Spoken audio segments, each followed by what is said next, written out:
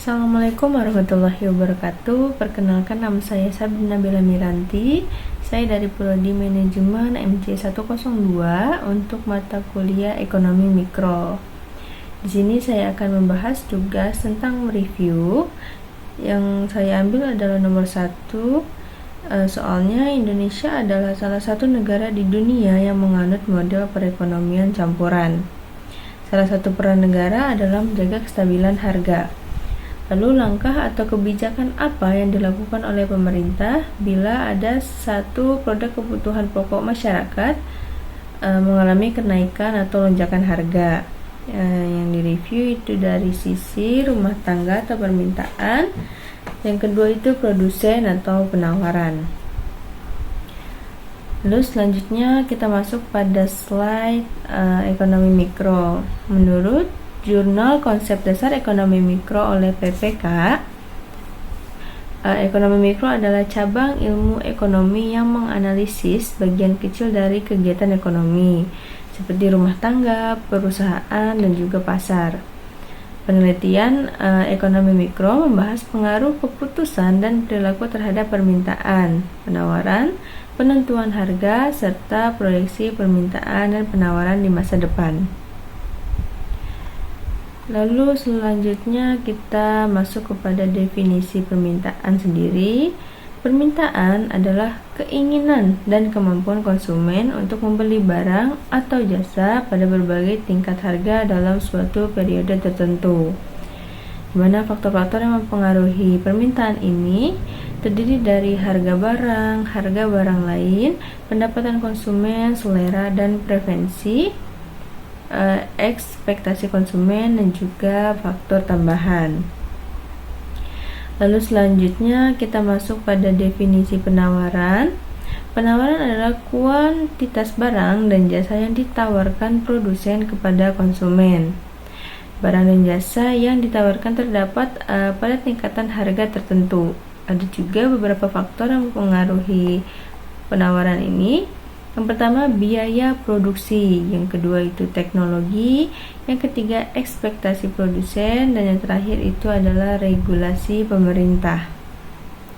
Lalu bagaimana sih hukum permintaan dan penawaran tersebut?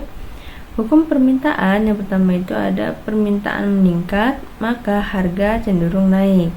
Sedangkan jika permintaannya menurun, maka harga cenderung turun.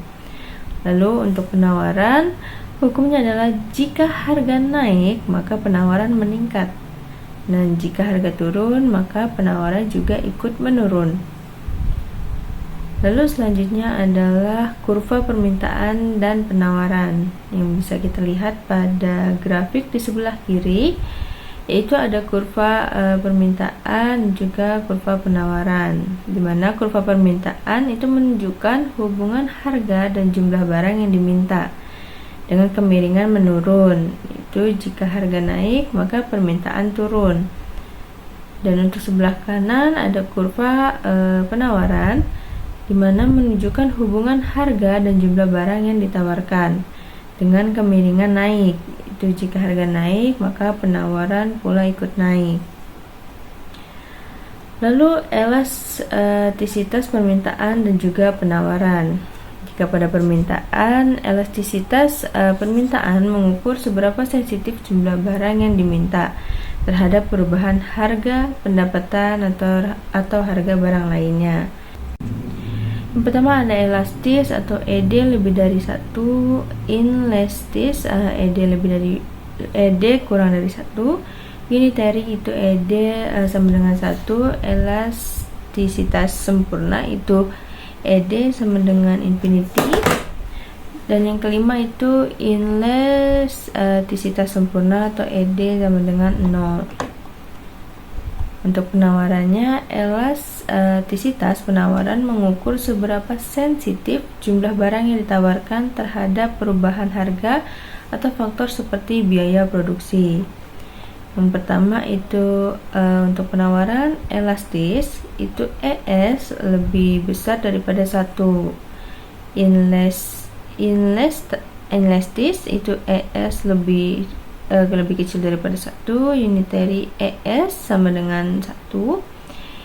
Elastisitas sempurna itu ES sama dengan T terhingga. Yang terakhir itu inelastisitas sempurna itu ES sama dengan 0. Lalu masuk kepada pembahasan langkah atau kebijakan apa yang pemerintah lakukan untuk menjaga stabilitas harga. Bisa kita lihat dari sisi rumah tangga ataupun permintaan. Pemerintah melakukan yang pertama adalah subsidi harga, di mana pemerintah memberikan subsidi pada barang kebutuhan pokok seperti beras, minyak goreng, dan bahan bakar untuk menjaga harga tetap terjangkau oleh masyarakat.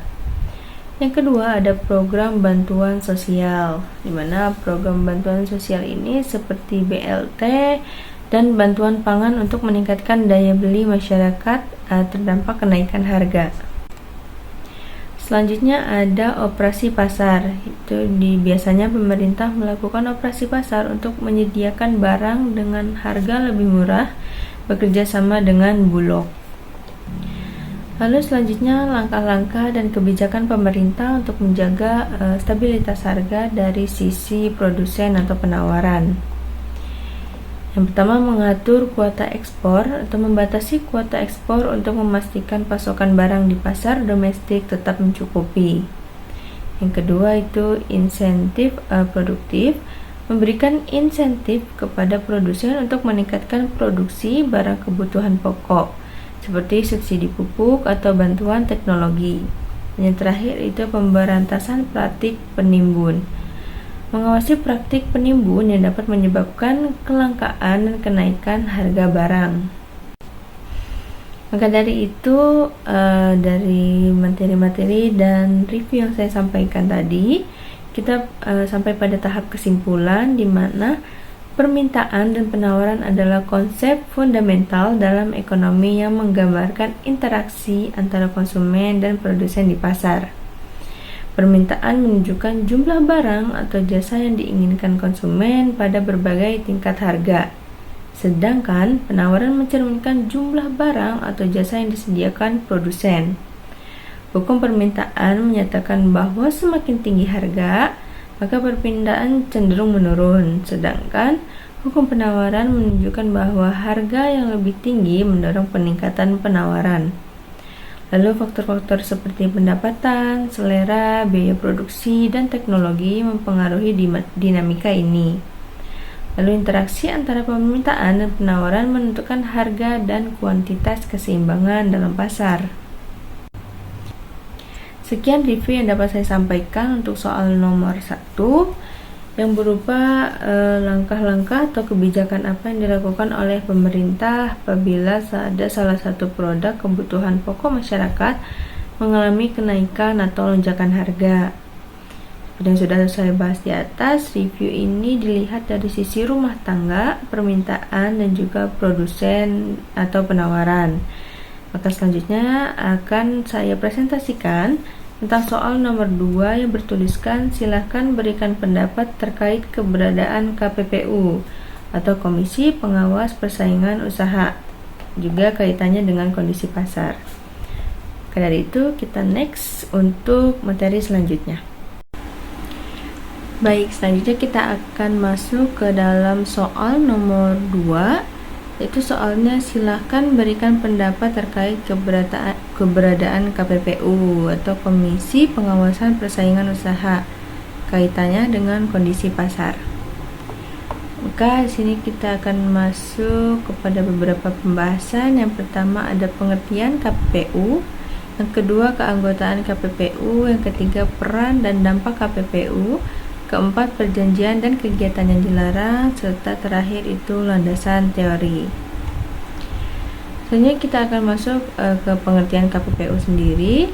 KPPU adalah Komisi Pengawas Persaingan Usaha, merupakan lembaga yang berperan penting dalam menjaga persaingan usaha yang sehat di Indonesia. KPPU sendiri dibentuk berdasarkan Undang-Undang Nomor 5 Tahun 1999 tentang larangan praktek monopoli dan persaingan usaha yang tidak sehat. Selanjutnya ada keanggotaan KPPU. Persyaratannya adalah yang pertama warga negara Indonesia, yang mana berusia 30-60 tahun saat pengangkatan. Yang kedua itu setia kepada Pancasila dan Undang-Undang Dasar 1945. Yang ketiga, beriman dan bertakwa kepada Tuhan Yang Maha Esa. Yang keempat, jujur, adil, dan berkelakuan baik. Dan yang terakhir itu berdomisili di Indonesia. Selanjutnya yang keenam itu ada berpengalaman atau memiliki keahlian di bidang usaha, hukum, ataupun ekonomi. Yang ketujuh, tidak pernah dipidana. Yang kedelapan, tidak pernah dinyatakan pailit oleh pengadilan. Dan terakhir, tidak terafiliasi dengan badan usaha. Selanjutnya kita akan masuk kepada materi keanggotaan KPPU. Berdasarkan pasal 8 Keputusan Presiden nomor 75 tahun 1999 tentang Komisi Pengawasan Persaingan Usaha, susunan organisasi komisi terdiri dari yang pertama anggota komisi dan yang kedua itu sekretariat. Keanggotaan komisi berhenti karena yang pertama meninggal dunia, mengundurkan diri atas permintaan sendiri, bertempat tinggal di luar wilayah negara Republik Indonesia. Yang keempat, sakit jasmani atau rohani terus-menerus. Yang kelima, berakhirnya masa jabatan keanggotaan komisi. Dan yang terakhir itu diberhentikan. Lalu kita masuk pada peran dan dampak KPPU. KPPU memiliki dampak yang signifikan terhadap kondisi pasar di Indonesia. Yang pertama itu KPPU mengawasi praktik monopoli dan juga oligarki. KPPU mengusut kasus dugaan kartel ayam potong di mana produsen besar diduga mengurangi pasokan untuk menaikkan harga di pasar. Lalu yang kedua itu meningkatnya transparansi pasar. Dalam kasus kartel bab mobil, KPPU berhasil membuktikan bahwa beberapa perusahaan bekerja sama untuk menetapkan harga jual ban yang merugikan konsumen. Yang ketiga, peran dan dampaknya adalah melindungi usaha kecil dan menengah atau UMKM. KPPU menangani kasus di mana perusahaan besar memaksa pemasok kecil untuk menjual barang dan harga yang sangat rendah. Dan yang keempat, memberikan sanksi kepada pelaku atau pelanggaran. Contohnya adalah KPPU memberikan sanksi berupa denda kepada perusahaan yang terbukti melakukan praktik kartel dalam distribusi gula. Lalu selanjutnya masuk ke tantangan KPPU dengan kondisi pasar. Yang pertama itu ada praktik kartel, di mana banyaknya industri di Indonesia didominasi oleh segelintir pelaku usaha besar, sehingga potensi praktik kartel cukuplah tinggi. Tantangan yang kedua adalah persaingan yang tidak sehat, di mana beberapa perusahaan menggunakan cara yang tidak adil untuk mendominasi pasar, seperti menekan harga jual demi mengalahkan pesaing kecil. Lalu tantangan yang ketiga adalah perlindungan konsumen. Dalam kondisi pasar yang tidak transparan, konsumen seringkali menjadi korban dari harga yang tidak wajar. Lalu yang keempat itu penyelesaian sengketa usaha. KPPU membantu menyelesaikan sengketa antara dua perusahaan distribusi makanan yang bersaing di wilayah tertentu. Lalu selanjutnya adalah tinjauan umum tentang praktik monopoli dan persaingan usaha yang tidak sehat. Di mana praktik monopoli sendiri itu pemusatan kekuatan ekonomi atau salah satu atau beberapa pelaku usaha yang menguasai produksi atau pemasaran barang atau jasa tertentu. Dapat juga menyebabkan persaingan usaha yang tidak sehat dan merugikan kepentingan umum. Yang kedua ada persaingan yang tidak sehat. Persaingan antara pelaku usaha dalam kegiatan produksi atau pemasaran barang dan jasa yang dilakukan dengan cara tidak jujur, melanggar hukum atau menghalangi persaingan usaha yang sehat. Lalu selanjutnya masuk kepada perjanjian yang dilarang dalam hukum persaingan usaha, yang mana hal ini diatur di dalam Undang-Undang Republik Indonesia nomor 5 tahun 1999 tentang larangan praktik monopoli persaingan usaha tidak sehat, mengelompokkan jenis-jenis perjanjian yang dilarang di dalam beberapa kategori, seperti oligopoli. Oligopoli adalah situasi pasar di mana beberapa perusahaan mendominasi, mengakibatkan keterbatasan persaingan. Yang kedua, penetapan harga yang tidak sesuai. Kesepakatan antara perusahaan untuk menetapkan harga produk atau jasa secara tidak wajar yang mengurangi persaingan. Selanjutnya ada pembagian wilayah. Perjanjian antara perusahaan untuk membagi pasar atau wilayah tertentu agar tidak bersaing satu sama lain. Selanjutnya ada kartel atau kelompok perusahaan yang bersekongkol untuk mengendalikan harga, produksi, atau pasar dengan tujuan merugikan konsumen. Selanjutnya ada oligospoli, yaitu kondisi pasar di mana hanya ada beberapa pembeli yang mengendalikan pasar dan juga dapat mempengaruhi harga barang dan juga jasa. Dan terakhir ada perjanjian tertutup, yaitu kesepakatan yang membatasi atau melarang pihak lain untuk masuk ke pasar atau memperoleh informasi, yang mana mengurangi tingkat persaingan. Lalu apa saja kegiatan yang dilarang dalam hukum dalam melakukan persaingan usaha? Yang pertama adalah tentunya monopoli. Yang sering kita dengar, monopoli itu berarti situasi di mana satu perusahaan menguasai seluruh atau sebagian besar pasar, mengurangi persaingan dan juga dapat menetapkan harga yang merugikan konsumen. Lalu yang kedua ada monospoli, yaitu kondisi pasar di mana hanya ada satu pembeli yang menguasai pasar sehingga dapat menekan harga atau kondisi transaksi yang merugikan penjual. Selanjutnya ada penguasaan pasar, didominasi oleh suatu perusahaan atau sekelompok perusahaan dalam pasar tertentu yang dapat mengurangi tingkat persaingan dan membatasi pilihan bagi konsumen. Selanjutnya ada kegiatan menjual rugi, di mana praktik perusahaan menjual produk di bawah harga pokok produksi untuk mengeliminasi pesaing atau mendominasi pasar yang dilarang karena dapat merugikan kompetisi. Selanjutnya ada kecurangan dalam menetapkan biaya produksi, seperti manipulasi atau penyimpangan dalam perhitungan biaya produksi untuk tujuan menipu pihak lain atau mengatur pasar dengan cara yang tidak wajar. Yang terakhir ada persekongkolan, di mana kesepakatan rahasia antara beberapa perusahaan untuk mengatur harga, pembagian pasar atau kegiatan lain yang merugikan persaingan dan juga konsumen.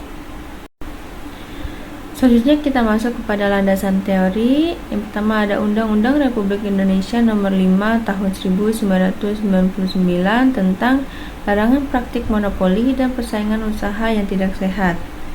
Hukum persaingan usaha memiliki landasan teori seperti yang pertama teori balancing. Teori balancing menekankan pada apakah tindakan pelaku pasar cenderung melemahkan atau menghancurkan persaingan atau justru mendorongnya. Teori ini juga memperhatikan kepentingan ekonomi sosial termasuk pembisnis kecil. Yang kedua ada teori pendekatan per se, di mana pendekatan per se atau per se ilegal adalah larangan tegas dan mutlak untuk memberikan kepastian hukum. Pendekatan ini menganggap perilaku yang merusak persaingan sebagai pelanggaran hukum tanpa perlu pembuktian dampaknya. Pelapor tidak perlu membuktikan dampak dari perjanjian pesaing. Selanjutnya ada teori rule of reason. Pendekatan rule of reason adalah kebalikan dari per se ilegal. Pendekatan ini mempertimbangkan situasi dan kondisi kasus sebelum menjatuhkan hukuman.